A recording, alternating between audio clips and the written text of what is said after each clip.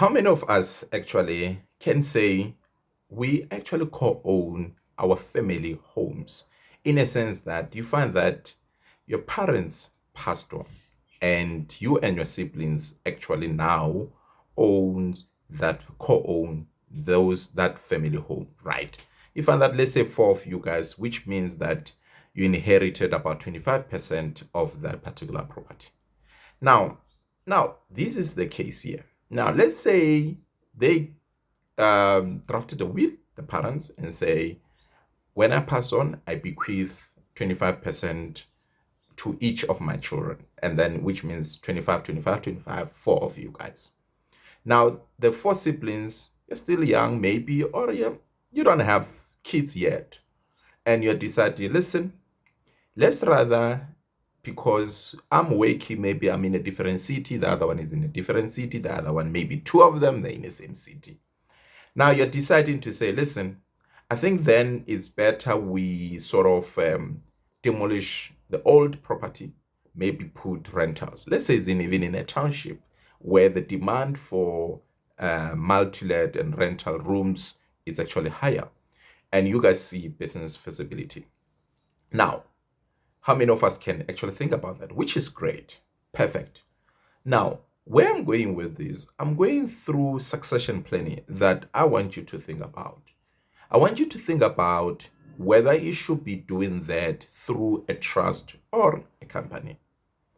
Equally so, who's going to administer the whole investment structure?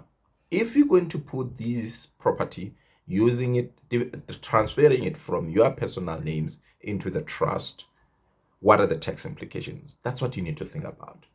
Secondly, I want you to think about what will happen to the administration of that particular trust or a company. Who's going to be a director? Who's going to be the trustees? Is it a good idea that because of our vested emotions, should we be the trustees and the directors of the company? Is it a feasible thing where we should be considering professional management companies that can actually administer our trust? It doesn't mean that we don't get involved in the running of the operational side of things, but we don't have to be involved where issues of decisions that has to do with distributions of money, where we are vested in terms of emotions, we get involved. And I'll tell you why. Where the emotions in my practice, what I've seen, and I've got very couple of cases that I've witnessed. In most cases, because of emotions, there tend to be and money involved and vested interest. So therefore, there's a conflict of interest because you're a beneficiary and you're a trustee. There tends to be tension. And when that tension is not carefully managed, decisions tend to be delayed in made decisions.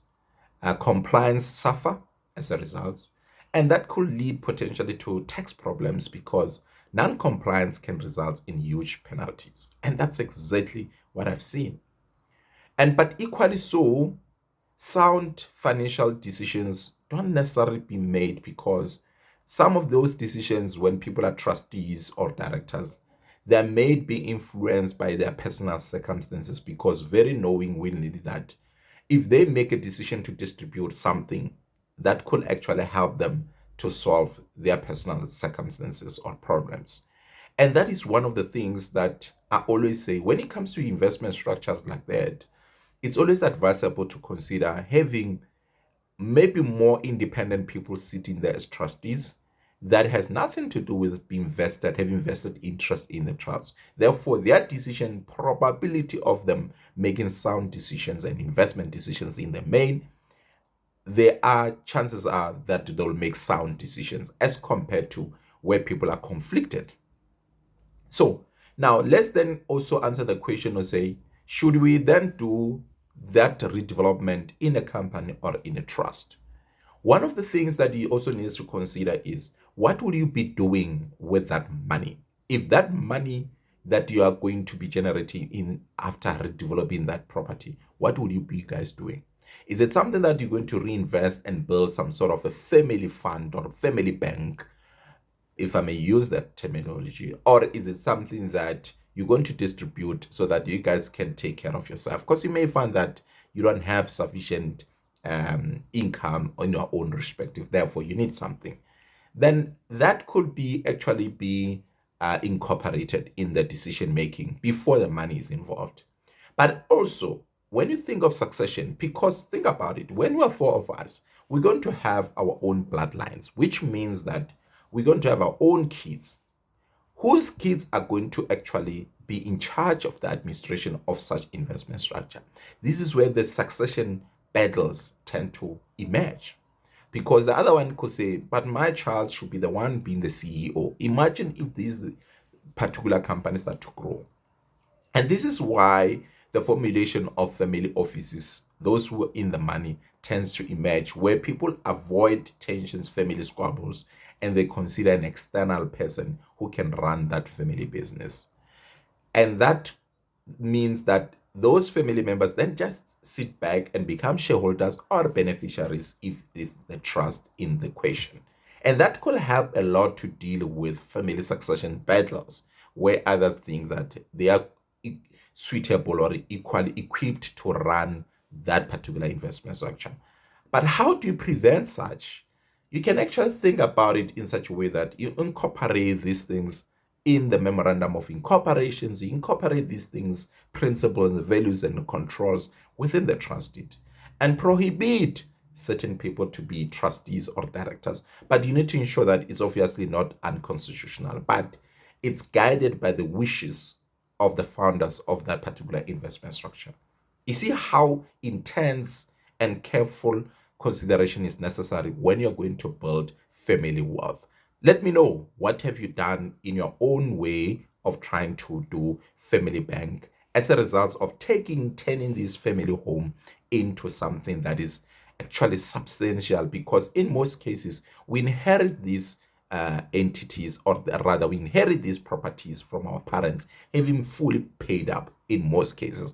How do we turn that equity into something that can actually give us financial freedom? Yes, there's something that we can turn it into multi-million fund, and we can together do it. Because you may find that it's not actually even feasible to dispose that property and we split the money, because then we are fragmenting the wealth, and as a result we're weakening the family wealth, and we can actually unify that wealth and then build from there. And that's something that you guys need to consider. You're more than welcome to reach out to me to have a conversation with me around your family circumstances, and then we can guide you and help you to come up with your estate plan as a family. How about that?